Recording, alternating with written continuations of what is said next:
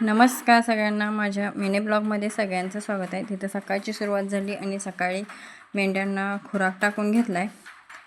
इथं अशा यांचं चालू आहे खायला आणि माझी लोट झाडू म्हणजे झाडू मारायला चालू आहे.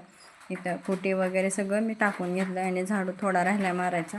इथं माझ्या मेन गेटमधून बाहेर चाललेले आहे मी. आणि इथं गाईंना पण सगळं टाकून घेतलेलं आहे. पेंड चारून धारा काढून सगळं करून घेतलेलं. इकडे दिवस पण छानसा असा उगवलेला आहे. आणि नंतर म्हशीची धार काढली आणि इथं चालू आहे आमच्या सौरभचं दूध पाजायला बारक्या कोकऱ्यांना. आणि इथं दूध पाजायचं म्हणलं की त्यांची सगळी गोळा होऊन येतात. आणि इथं बघा माझी चिमणी आहे, ती माझ्याकडे यायला पळते, तिला मागं वाढते, ती जाऊ नको म्हणून.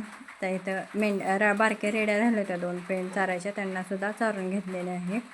आणि मग इथं सौरभ दूध पाजतोय.